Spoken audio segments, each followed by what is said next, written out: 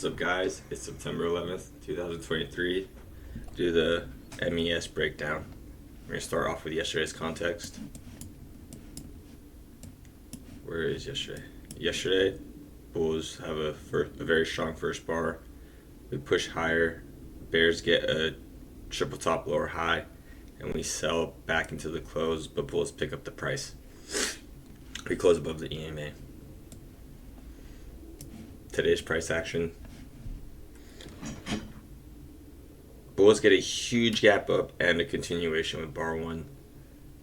Bulls are buying highs. This price is when this gap up happened, the EMA was far below. It was like around where my mouse is right now. Let me highlight. It was around here, and that is just way too high for me to be buying. I was surprised this was a bull bar. I thought this first bar was going to be bar two. I thought bar two was going to be bar one. But Bulls bought the highs and then got trapped. You see a very clean double top here. Micro double top for the Bears, and they short that. This is a strong breakout for the Bears as they break through the double bottom. The first bar of the day is the range, so this is the low and that's the high. They break out the double bottom. This becomes a breakout. I suspect people think the price is way too high. The EMA is well below the first bar of the day, so as the EMA is moving up, the price is moving down. Selling all through bars 2 through 6, and then we get the first bounce around 30 minutes of the day. I think Bulls are trying to prevent the gap from closing, and we can already see Bulls buying. Let me turn the bar count on. Bulls buy bar 5, and I think Bears are taking profits because this happened very fast. This is the first leg of the move. Bar 6 creates leg 2, and bar 9 is leg 3. Bulls are trying to buy above the EMA to prevent the gap from closing. Bears want the gap to keep coming, or Bears want the bars to keep coming and close the gap and push to yesterday's low. Bar 10 is steady buying, 3 bars. Steady buying for 15 minutes. We can see a small upper wick on bar 12, and that creates a double top with bar 2.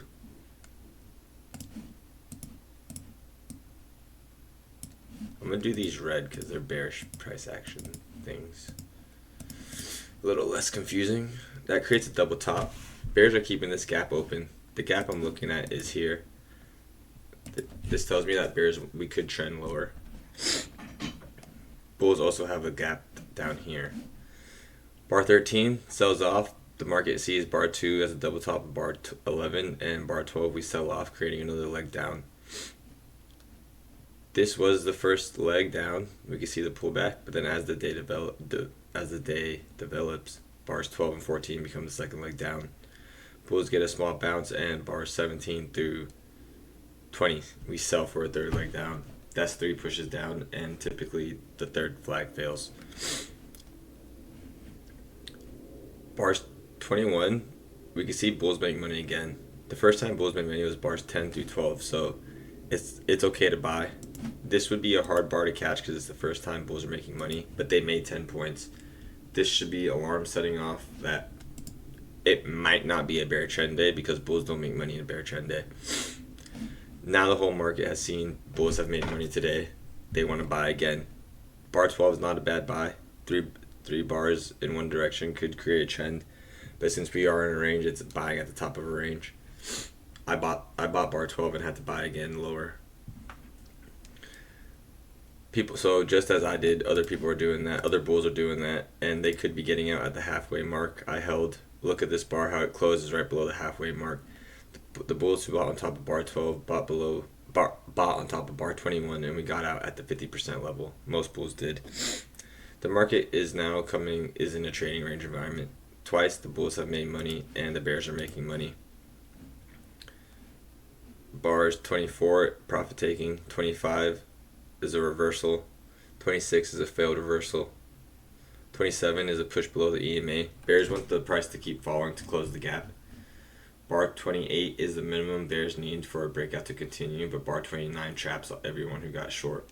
Bears get filled at bar 27 low. Bears get filled on bar 28 for shorting bar 26 and then get trapped on bar 29.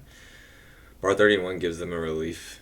If they're fast enough to short the top of bar 29, they will get out for a break even. See? This is a hard one to see.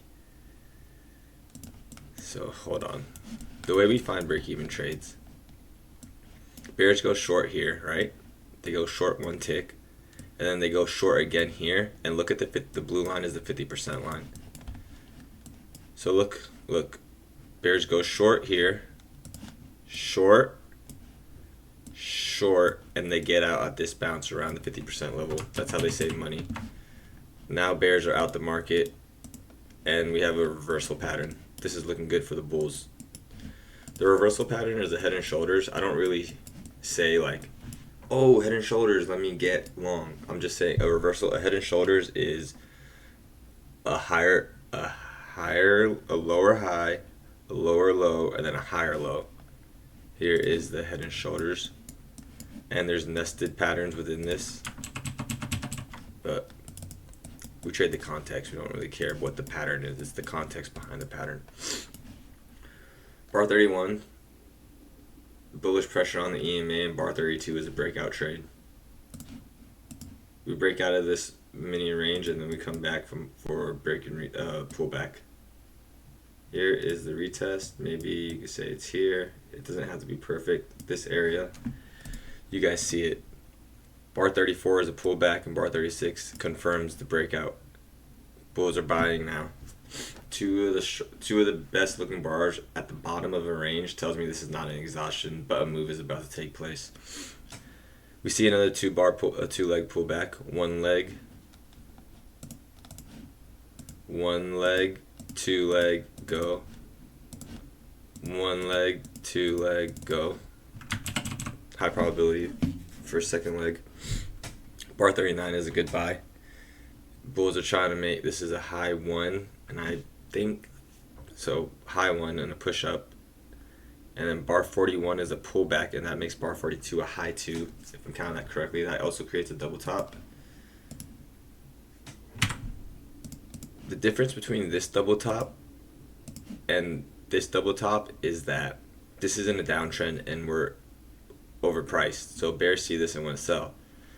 This double top is a bull flag, and bulls want to buy. Bears could get trapped thinking they're going to get short again. And that gives us another leg up from bars 46 to 50 is steady buying, and I got out around bar 51 because I took this as climactic buying. This was the most steady buying we've seen all day with no pullback, and we've had one. We'll start from here. One leg, two leg, three leg, four. And so I was thinking the third leg will fail somewhere, so that's why I got out here, because it was steady buying, nicest bars late in a bull trend, far away from the EMA, small pullback bull trend. Market starts to range because it's been a big down, big up, and we range. I was trading this, unfortunately I got caught, but I was just buying lows and getting out of highs. We pull back to the EMA, and this looks like a solid wedge bottom bull flag, but it's late in a bull trend and at the top of an overall trading range. This is a dangerous buy. I bought it for a scalp, but got trapped. I got out on this candle. We can see barbed wire, and the bars are getting very small. These are 2-point bars. This is the time to stay out and just wait for a breakout. We're in a tight trading range, so the breakout fails below the EMA, the breakout fails above 71, and the breakout fails below 76. This is just too much whipsaw. Limit order traders would love this market, but for stop entries, it's not good. Going over leg 1, leg 2s for the day, and then I think that'll do it. I had a good day. I traded leg 1, leg 2 perspective. One of my best trading days from a consistent thought process. So I did get short here. I was like, there's got to be a continuation. So leg 1, I got out on bar 8. I got out here. I saw bulls make this leg, and that's when I wanted to get long for a bull leg. So I bought the high of bar 12, and I waited for a pullback, and then I created it here as I bought some more. And then as this was taking place, when I saw this breakout, I was like, you know what? This is strong enough to keep going. It doesn't make sense for me to get out here. So I measured this entire gap up, body to body, and I placed it at the low of the day, just in case we got a failed breakout at range highs, like a vacuum test. So this would be my overall PT, but that was asking for a lot. That's the move of the gap up. So Bulls continue. Bulls PT hits this leg. They get another 10 points, and I'm like, this is strong. I think Bears are out the markets. I go for a bigger leg 2, and I do it like this. I go from this pivot, so I'm thinking this is a failed breakout. Leg 1, and then leg 2. But I treated this as one leg, and I took it like that, and that pretty much took me right to the top. I got out around these 2 bars, and I just traded the range. I hope you guys learned something. I'm gonna be trying to get more consistent in the way I do these breakdowns. So we go over the previous day, this day's context, and then the leg 1, leg 2 moves and the trades I took. If you guys learned something, don't forget to hit the follow button. Have a good day.